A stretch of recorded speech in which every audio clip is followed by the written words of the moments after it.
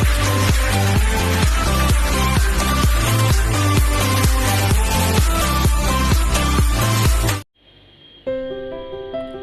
back po sa aking YouTube channel. Gusto ko po muna magpasalamat sa lahat ng sumusuporta sa aking YouTube channel. At maraming salamat po. Sana po pagpatuloy niyo po akong suportahan. Ngayon po nagluluto po ako na tinatawag nilang lahma mansinia or kapta mansinia sa Arabic po. Ano po yan? Ito beef, ground beef. Meron akong hiniwang maliliit na parsley. Meron ako dito garlic, black pepper, salt, tapos yung 7 spices na mix. Meron akong hiniwang maliliit na onion. Meron akong tomato na spice. So, sa ngayon po ay ilalagay natin ito dito kasi i-mix natin ayun lahat. I-mix po natin yan dyan. At ito.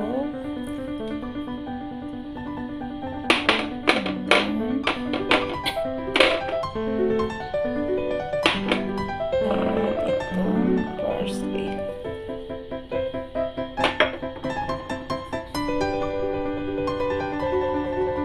Ngayon po, imimix po natin yan. Imimix natin yan.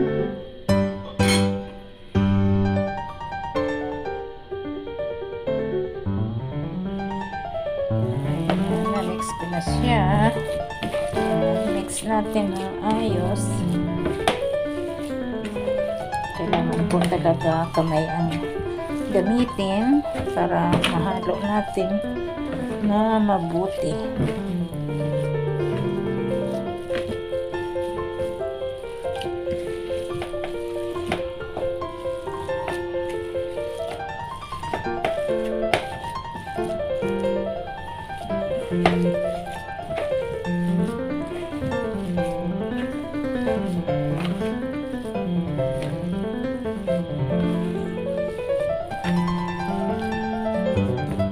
Tapos ipa-flat po natin yan.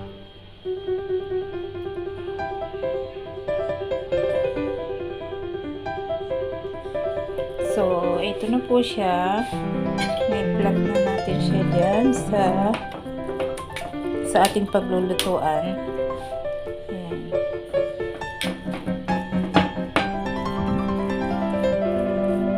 Okay na yung lasa niya. Tama na yung asin, yung paminta, yung mga spices. At mabango siya dahil sa bawang at onion. Tapos yung parsley.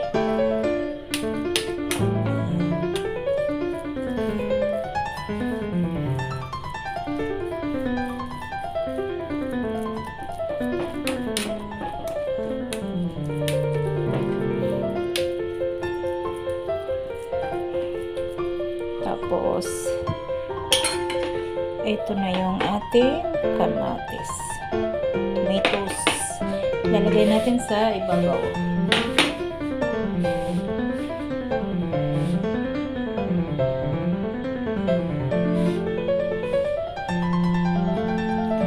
So, lagay natin yung tomato. Lagay natin yung tomato. Tomato.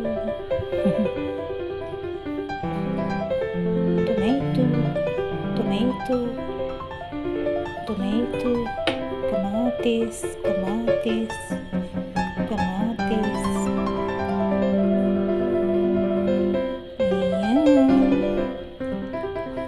Parang pizza, no? Kapta. Tawag nila sa Arabic, kapta. Kapta mansinia. Sinia yung yung tray na paglulutuan. Yung pan. Kumbaga sa English, ano ba? Ano ba tawag doon? Kasi sabi niya kapta mansinia. Parang ground beef cook on the tray. Ano ba yun?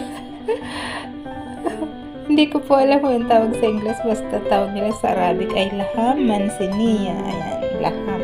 Kasi yung meat ay laham. Laham maprom, ground beef. Ground meat. Ayan. So, lagay lang natin to sa palibot niya. Yung kamatis.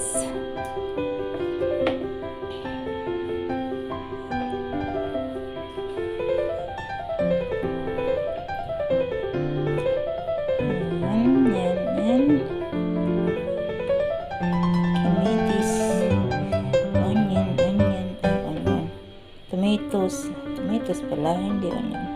Yung onion, maliliit yung hiwa natin at minix natin sa giniling. Ayan, yung pusa namin nag-iingay. Naririnig na.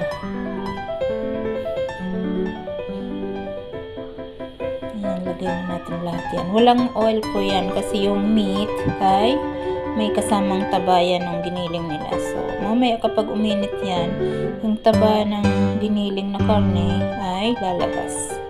So, hindi kailangan lagyan ng oil.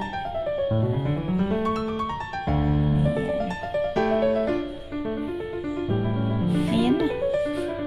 Ganyan na siya.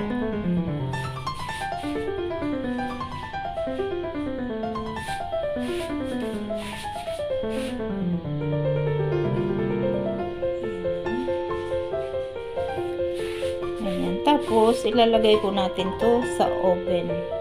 Sa oven po natin to lulutuin. Lalagyan ko siya ng foil. Muna. Lalagyan natin siya ng foil. Ilalagay natin sa oven.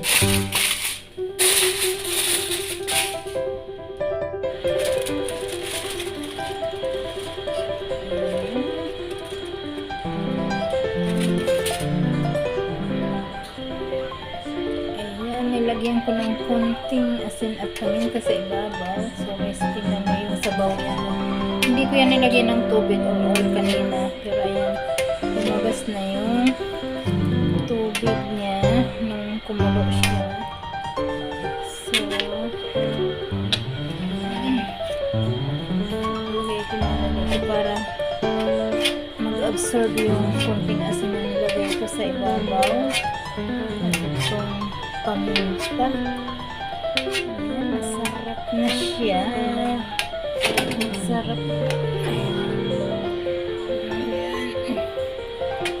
Balik natin sa oven ng konting oras pa. Balik natin. So, ayan na po siya. At lalagyan natin ng apoy sa taas para medyo brown yung tomato. Pasok natin para lagay ang apoy sa taas. Ayan, ito na po yung ating finished product. Laham mansinia or kapta mansinia.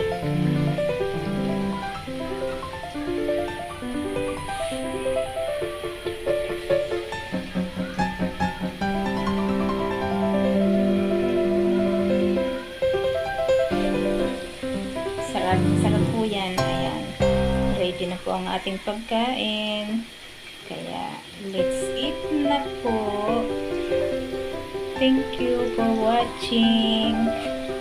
Kung hindi pa po kayo nakapag-subscribe, please subscribe po at pakiclick na rin po yung bell button at ilagay sa all para notified po kayo sa mga video ko ang i-upload next time.